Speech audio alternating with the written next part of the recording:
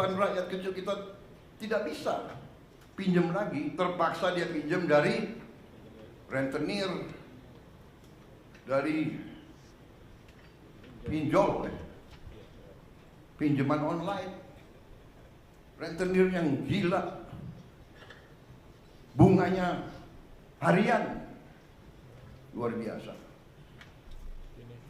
Kita hapus. Dan banyak orang miskin di Indonesia itu bukan karena mereka malas, Pak Jimmy. Iya. Tapi karena kemiskinan struktural dari pemerintah, sistem yang curang, politik yang kotor yang bikin dia terpaksa untuk dimiskinkan dengan keadaan. Apalagi kau bela-bela antek asing.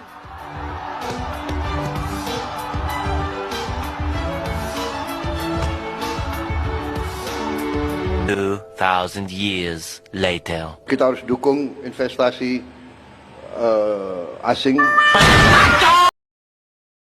Setuju itu gitu loh. Jadi kemiskinan di Indonesia itu bukan karena dia pemalas, bukan karena dia tidak bekerja, tapi kemiskinan ini disumbang ya karena sudah ada ya memang dimiskinkan gitu loh.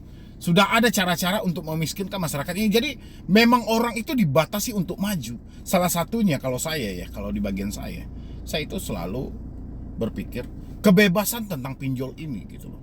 Kebebasan tentang pinjol. Anda lihat pinjol, pay letter segala macam itu menjamur ada di Indonesia tanpa susah juga untuk ngomonginnya gitu loh.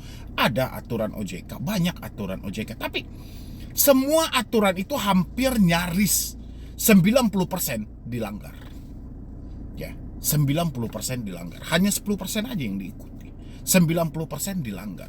Bapak Prabowo harusnya menjadi pimpinan tertinggi di negara ini. Harusnya mengambil alih semua ini untuk memblokir pinjol-pinjol yang tidak tersentuh oleh OJK.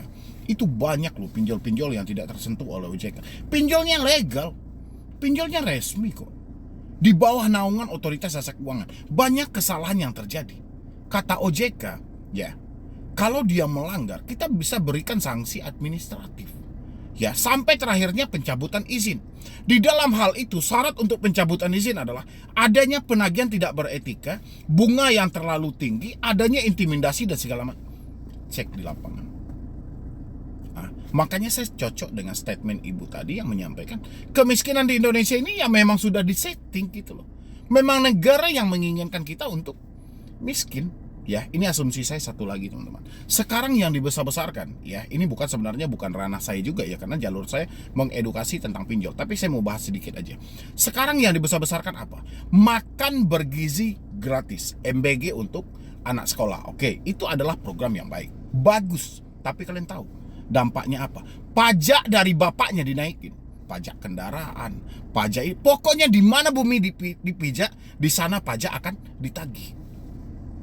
Jadi pada akhirnya makan bergizi gratis itu bukan, ya itulah pendapat teman-teman semuanya gitu. Makanya saya bilangin, Bapak Prabowo, program kamu bagus, hebat, Bapak Prabowo hebat gitu loh. Ya kan? Lebih mementingkan isi perut daripada isi otak. Ya oke. Ya, lebih mementingkan makan bergizi gratis daripada pendidikan gratis. Oke. Ya, wajar kan? Asing masuk semuanya ke negara kita, asing masuk semuanya ke Indonesia untuk memperbodoh masyarakat kita. Dan mereka jual semua produk mereka, termasuk pinjol. Investor asing semuanya ditampung. Dulu waktu kampanye, woi antek-antek asing segala macam. Apalagi kau bela-bela antek asing.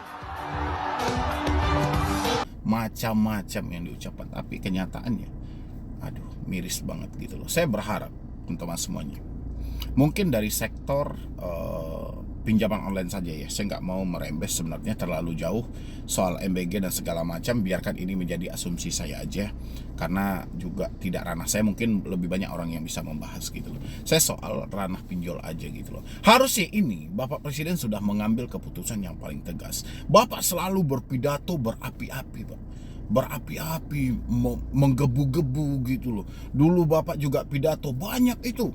Kita nggak pengen lagi masyarakat kita, petani, nelayan, UMKM terjebak lagi tuh rentenir online, pinjol. Belum lagi masalah-masalah sekian puluh tahun yang lalu. Hutang orang kecil yang sebenarnya sudah dihapus oleh bank-bank masih dituntut. Jutaan petani kita, jutaan rakyat kecil kita tidak bisa pinjam lagi, terpaksa dia pinjam dari rentenir, dari pinjol, pinjaman online, rentenir yang gila, bunganya harian, luar biasa. Kita hapus, kita ambil tindakan-tindakan yang harus kita ambil dengan beberapa risiko. Tetap dalam kerangka pengendalian APBN yang prudent. Itu cuma omong kosong, Pak. Sampai detik ini Bapak dikelabui sama OJK. OJK menutup rapat-rapat keburukan tentang pinjaman online. Bahkan nggak tanggung-tanggung, Pak. Karena Bapak sudah senggol namanya pinjol, OJK mengganti nama pinjol menjadi pindar. Alhasil, semua kejahatan pinjol itu tidak digubris sama OJK dan dibiarkan. Ya, soal DSI, Dana Syariah Indonesia, ya itu pun karena sudah booming di mana-mana, makanya OJK intervensi. Tapi kalau tidak booming, ya sudah, persetan dengan hal itu. OJK mana peduli. Makanya harapan kita adalah, ya, biar tadi ibu tadi tidak terlalu sedih juga. Kami masyarakat Indonesia kalangan bawah ini juga sedih juga gitu loh. Jadi memang kita itu dipaksa untuk miskin.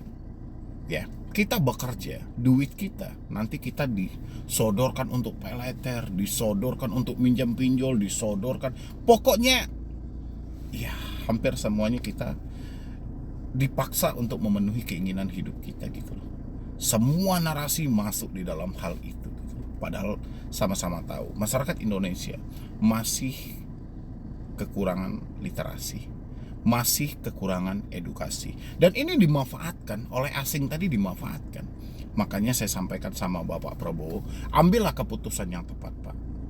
Bukan 95 pindar itu yang harus Bapak blokir, tapi beberapa pindar yang tidak pernah tersentuh oleh OJK. Mana aja Bapak cek data yang ada di OJK, Bapak cek ruang pengaduan yang ada di OJK. Rakyat Bapak menangis.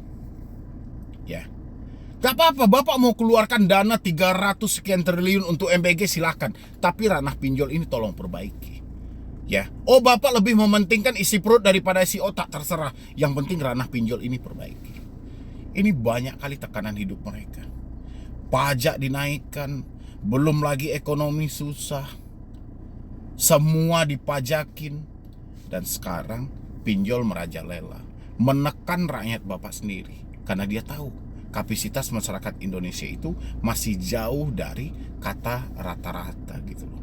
Dan dia dengan enaknya mempelajari sisi itu untuk menekan dan menakut-nakuti. Hasil, orang-orang hanya bekerja untuk membayar bunga hutang. Mereka bekerja hanya untuk membayar denda dari hutang mereka. Mereka bekerja hanya untuk membeli duit yang telah dijual oleh mafia-mafianya tadi gitu loh. Bapak hanya sibuk menggebu-gebu. Yang terbaru Bapak juga keluar negeri, saya tengok gitu loh, diundang sama Amerika ya untuk PBB dan segala. Udahlah Pak. Ya, sesuatu yang tidak penting pun Bapak pentingkan, tak apa gunanya. Rakyat Bapak menderita loh. Ya nggak sih? Angka kemiskinan selalu meningkat. Kata siapa ekonomi naik? Naik dari mana ekonomi? Orang berhutang semua loh. Sedangkan pinjol aja menyalurkan dana yang kemarin informasi terbaru aja tembus hampir 100 triliun.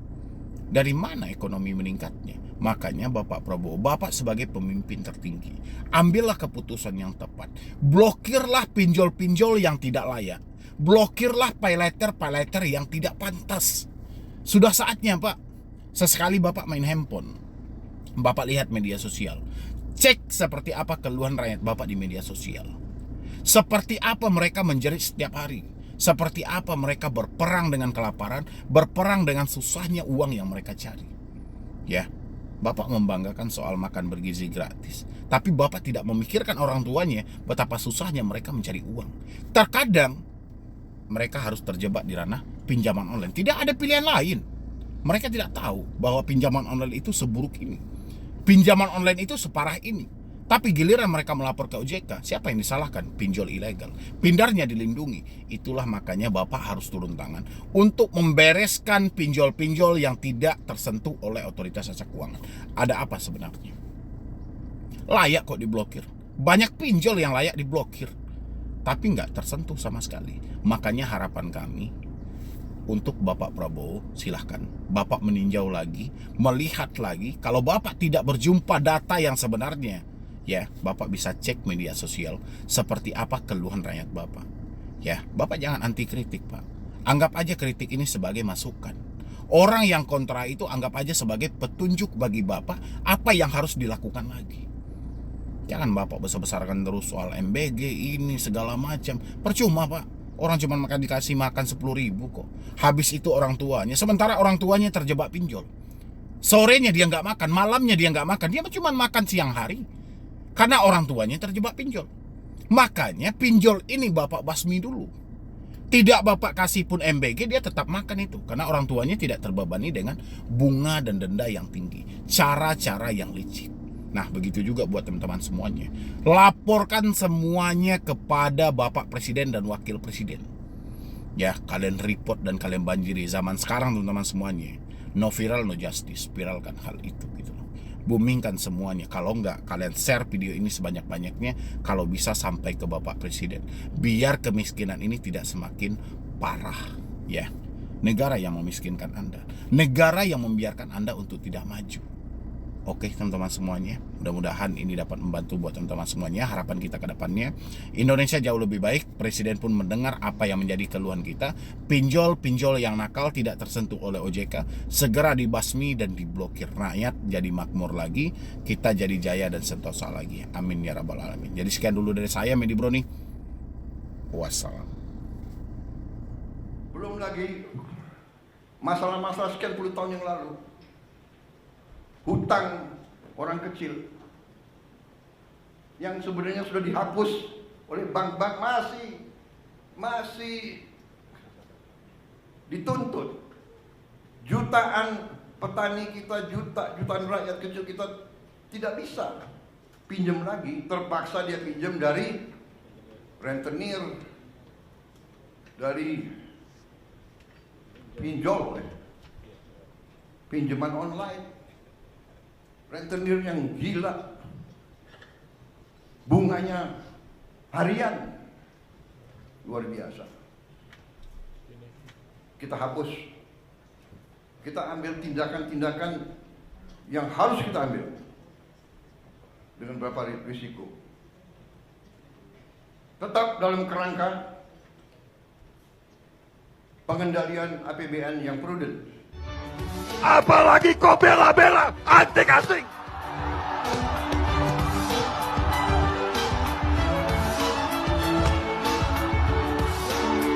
"2,000 years later." Kita harus dukung investasi asing.